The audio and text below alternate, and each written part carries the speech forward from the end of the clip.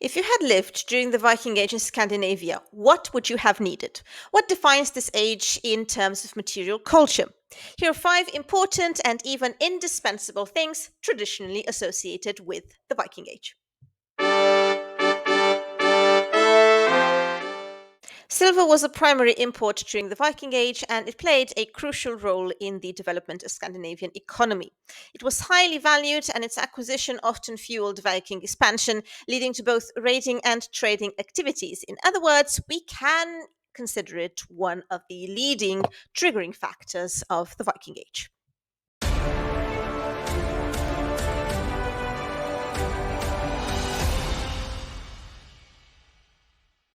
Tens of thousands of dirhams, also known as Kufic coins, from the 9th and 10th century have been found in Scandinavian treasure hoards. Globally, between 500,000 and 1,000,000 dirhams have been recovered from Scandinavia and the Baltic, and this amounts to an extraordinary 80% of all surviving dirhams. This clearly indicates the massive flow of silver into the region. The island of Gotland alone has yielded over 750 hoards containing some 170,000 coins. Initially, the majority of coins in the Viking world were imported from the Abbasid and the Samanid caliphates in the southeast, with some also from the Umayyad Caliphate as well as from the Volga Bulgars. These Islamic dirhams, introduced in monetary reforms around 696 698 AD, were uniform in their epigraphical design due to Islamic iconoclasm, and they had a stable weight and were also of good quality. However, as the quality of Islamic silver declined in the late 9th and 10th century, Vikings turned to other sources from the west this time. So, from the late 10th century onwards, we have an influx of silver coming from Francia, especially from the Harz Mountains in Germany, but also from England. So, these new sources replaced the traditional Eastern dirhams. Silver was widely used as a medium of exchange, often treated as bullion and weighed on small folding balances fitted with pans. Weights for these scales were typically kept in small boxes. Hack silver was also quite prevalent and it also served as currency. So, this means broken or cut pieces of silver, including melted down coins, jewelry, ingots, or ornaments. The many silver hoards are definitely a characteristic feature of the Viking world, and they include anything you can imagine from coins to jewelry and ingots. Hoards from the 9th and 10th century contained few coins, but they increasingly became common in the second half of the 10th century, eventually outnumbering and outweighing other silver objects by the 11th century. The acquisition of silver was so central that slaving became a major income stream for Norse traders, with silver being the desired commodity in exchange for human captives.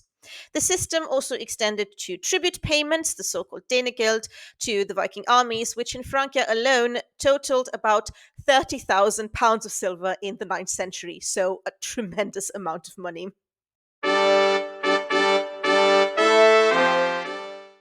Weapons were absolutely essential to life in the Viking Age and, generally speaking, in the early Middle Ages and beyond. And they were deeply intertwined with social status and with identities. All free men were required to own a weapon and they were also permitted to carry them pretty much everywhere. Except for the assemblies. When you enter the assembly, you had the obligation to put aside your weapons. The armaments reflected social standing and they also reflected your identity as a warrior and also as somebody very important in societies. Weapons were often highly prized objects, sometimes bearing names and passed down through generations, acquiring their own life and legacy. A great number of weapons have been found in pre Christian Viking Age graves, especially in Norway and Sweden, but also in bogs and lakes. We have quite a lot of examples of bent weapons interpreted as offerings to gods, to war gods. Literary sources such as skaldic poetry and the sagas also provide detailed descriptions. They praise weapons and the warriors carrying them, and they also personify some of them. If you think about the sword of Sigurd the Dragon Slayer, Gram, as well as if you think about the cursed sword named Tyrfinger from the saga of Hervor and Heidrek. Swords were also often regarded as aristocratic due to their high cost and the skill required for producing them. They were typically double edged and about 90 centimeters in length, although single edged swords have also been discovered in the early Viking Age. Key features of these swords would include a broad, shallow groove along the blade to reduce weight and increase flexibility, and sometimes pattern welding for superior strength, but also because they conveyed this beautiful, visible, layered effect. Hilts were also lavishly decorated with precious metals. Gold, silver, and bronze, and they were also inlaid with geometric and animal motifs, some of them even bearing Christian symbols. However, spears were the most common weapons due to their economic viability because they required less costly metal for the head and they had long reach. So, spearheads were typically leaf shaped and fastened to wooden shafts, often made of ash. In most archaeological finds are heavy thrusting spears and lances, but light throwing spears have also been discovered. Some spearheads could also be ornated, decorated with silver and copper inlay on the socket, and the Icelandic sagas also mention a variety of weapons beyond the traditional spears, such as the atgeir, and these would have had specific characteristics for cutting, thrusting, penetrating mail, and so on. Axes were also accessible weapons used as both a household tool and a weapon, making them available even to poorer people. And we can notice an evolution in their shape and capabilities. So the early types are called bearded axes. Generally, they're named for a downward projecting blade portion that offered a wide sort of cutting edge and could be used to hook an opponent's weapon or shield. Then we have the hand axe or Danish axe from the mid 10th century. This would have been a lighter, slenderer axe designed exclusively as a one handed weapon. And then we have the broad axe. This would have been larger, sometimes even two handed version of the Danish axe, known for its flaring blade and formidable power, likely developing as an anti cavalry weapon. And we also have some beautiful examples of ornamented battle axes, like this one here, the axe from Mammon. Not to forget the defenses. Of course, you know the shield, the most common form of defensive equipment, typically circular, made of wood, often covered with leather and reinforced with a metal boss in the center for the hand grip. And this is usually what we find in the archaeological record. Examples from the Gokstad ship show shields of 90 centimeters in diameter, sometimes painted in really bright colors, such as red and yellow. Mail shirts would have also been common, the so called birnia. They are often mentioned in literature, but archaeological fragments are quite rare. And we also have some references to the use of padded leather jerkins, bone plugs sewn into clothing, or reindeer hide coats for protection. And then we have the whetstones. Plain looking, but absolutely essential. They were very common tools throughout the Viking Age, and that was because their use made them essential for daily life. They were required to maintain the sharp edges and points of a multitude of tools and weapons, knives, axes, needles, arrows, whatever you can think of. The sheer number and durability of Whetstones make them a significant archaeological indicator of long distance seaborne trade, particularly from Arctic Scandinavia. They're commonly found in Viking Age settlements and urban sites where the presence of whetstones in the tool chests of craftsmen further highlights their utility and widespread use. Now, what's very interesting is the geological analysis that has been done on these objects. For example, a significant majority of whetstones found in the town of Ribe in Denmark, dating from the 8th century to the early 9th century, were quarried near the aristocratic manor of Lade in Trøndelag, would be in central Norway. So that's a journey of about 1,000 kilometers by sea to the north. Other key quarry sites in Western Scandinavia, such as Eidsborg in Telemark and Mostadmarka, were also identified as sources for various types of schist used for whetstones across all northern Europe. So, really distance trade here going on. The manufacture of textiles and clothing was predominantly the domain of women during the Viking Age, making spinning and weaving routine daily domestic chores in virtually every household. And because women were in charge of it, and they used to do it in this sort of subterranean pit house known as the dingia, weaving also became associated with magic and even the weaving of fate. Wool was by far the commonest woven cloth, followed by linen, which was often preferred for the undergarments. Hemp and flax were cultivated specifically for this purpose, but we also have some evidence that animal furs were used for trimmings and cloaks, for example. So what happened was that the carded wool was attached to a distaff and then teased onto a weighted spindle, using a spindle whorl to provide momentum. So by twisting and turning the spindle as it was dropped, yarn was rolled onto it. And in many of the archaeological sites, actually pretty much everywhere, we find quite a lot of spindle whorls. They're often scattered in Viking Age houses, and this would be evidence that Norse women carried their spinning with them pretty much everywhere. The most common loom was the warp weighted loom, an upright type that stood slightly taller than an adult and was typically positioned near a doorway for light. This would have also been symbolical, like for symbolizing creation, like bringing into being something, which is the essence of spinning and weaving. And the loom weights would have also been very important. So these small discs of clay or stone, they were essential because they tensioned the warp threads. We do have an interesting discovery at the Oseberg ship burial, namely a rare two-beam vertical loom. But loom weights, on the other hand, are quite common finds, and this would indicate the prevalence of the warp-weighted type.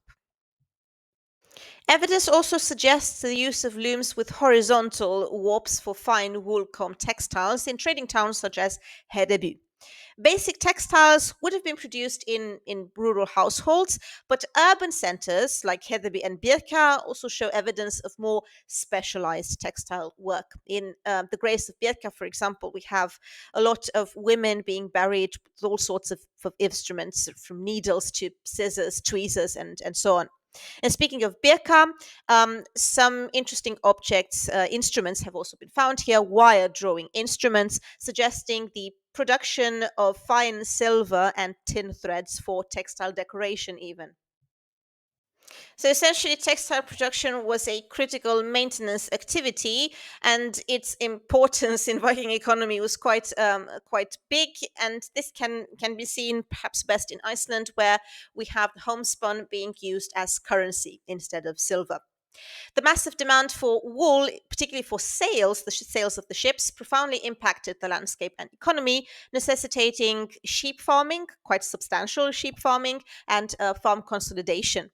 The scale of labor required for textile production, suggesting years of spinning and weaving for one person to produce a single sail, implies that, first of all, women were heavily involved in Viking Age economy, and secondly, it is quite possible that a lot of these textile workers were also enslaved people.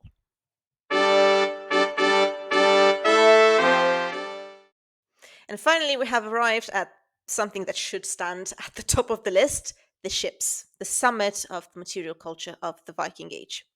The advanced boat building and maritime skills were among the greatest technological achievements of Scandinavians in the period, no doubt about it. It was the ship that fundamentally enabled the expansion of Scandinavians from their homelands and the foundation of the Viking diaspora.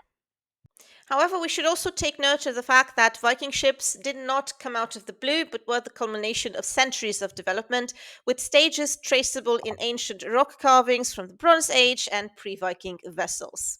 By the late 8th century, they were capable of direct crossings of the North Sea, and this was due to the distinctive construction techniques they developed, such as the clinker building. This involved overlapping strakes or planks riveted together with clench nails. This method produced hulls that were strong, flexible, and surprisingly watertight. A crucial innovation was the true keel. This would have been a structural beam running from bow to stern, which provided stability and allowed for the rigging of a sail on these quite shallow wooden boats. Combined with a side rudder, these features gave Viking ships unprecedented speed and flexibility, and their shallow draft was a significant tactical advantage because it allowed them to land on beaches and travel far up shallow rivers, which was a critical element for their success in both Western and Eastern Europe. Now, there were several types of Viking ships. Perhaps the best known one is the longship, which is very appealing to us all in modern times. We love about the Viking Age, the longships. The Drakkar, we're talking about slender vessels built for speed and maneuverability, featuring oar holes in a continuous line along the hull and a mast that could be lowered. Some were equipped with shield battens on the top strake and could also be adorned with dragon heads and tails on their prows and sterns, making them not only effective but also visually striking. Early warships, like those indicated by the Salme finds, the archaeological site in Estonia, show that sailed warships were available to Scandinavians by at least 750 AD. One example can be seen at the Viking Ship Museum in Roskilde in Denmark, the ship known as Skuldalev II, a large, slender warship approximately 28 to 30 meters long with a 4-meter beam, requiring 30 pairs of oars and a crew of about 40 to 50 men, built in Dublin around 1042. We also have cargo ships, the so called knut. These were sturdier, broader, deeper vessels with higher hulls designed for carrying bulky cargo such as timber or bales of cloth and even livestock. They primarily relied on sails for propulsion, with only a few oars for maneuvering. And again, at the Museum of Roskilde, you can see one such example, a Skuldalev 1, a deep sea trading vessel around 16 meters long and 4.5 meters wide, with a loading capacity of about 27 tons, suitable for rough North Atlantic travel. And then we also have some ships for, let's say, general transport, also ships which are more luxurious for the upper class. Some of them also used in burial mounds, such as the Gokstad ship discovered in 1880, dating to the late 9th or early 10th century, 23 meters long, very robust, broad, seaworthy, had 16 pairs of oars, keel from a single oak and pine oars, and we do have replicas of it, and these replicas have proven both its speed and flexibility. And of course, we have the Oseberg ship, which was recently moved to the new museum of the Viking Age, by the way. The early 9th century vessel, is known for the ornate carvings and very lavish decoration, also the very interesting objects that have been found in the context of this grave. And the whole context suggests that we are dealing with a luxurious yacht, if you want to use a modern term, would have been used for local travel within fjords and coastal areas, rather than taking it on the ocean, open sea. At any rate, it is the spot for a very lavish burial of two women. It measured about 21 meters and it had 15 pairs of oars. And the third example would be the Tune ship. It's very similar to the other two, to Oseberg and Gokstad. Built in 910, it's also very sturdy and it appears to have been sea-going as well. However, if we look at the broader picture, the most common Viking Age vessels were actually not these ships, but dugout logboats and rowboats. Why? Well, clearly because they provided widespread access to maritime transport to almost everyone. Dugouts could range from one-person crafts to 10-meter boats for both people and cargo, and very common were also rowboats or skiffs. So essentially, everyone could use water as a very useful traveling option. The adoption of large textile sails, which developed in Scandinavia in the 8th or perhaps even the 7th century, fundamentally transformed connectivity in Northern Europe. Most Viking Age sails were made of woolen twill. This was chosen for its heavy duty, water resistant qualities, and it was often greased with things like tar, tallow, or fish oil to reduce permeability.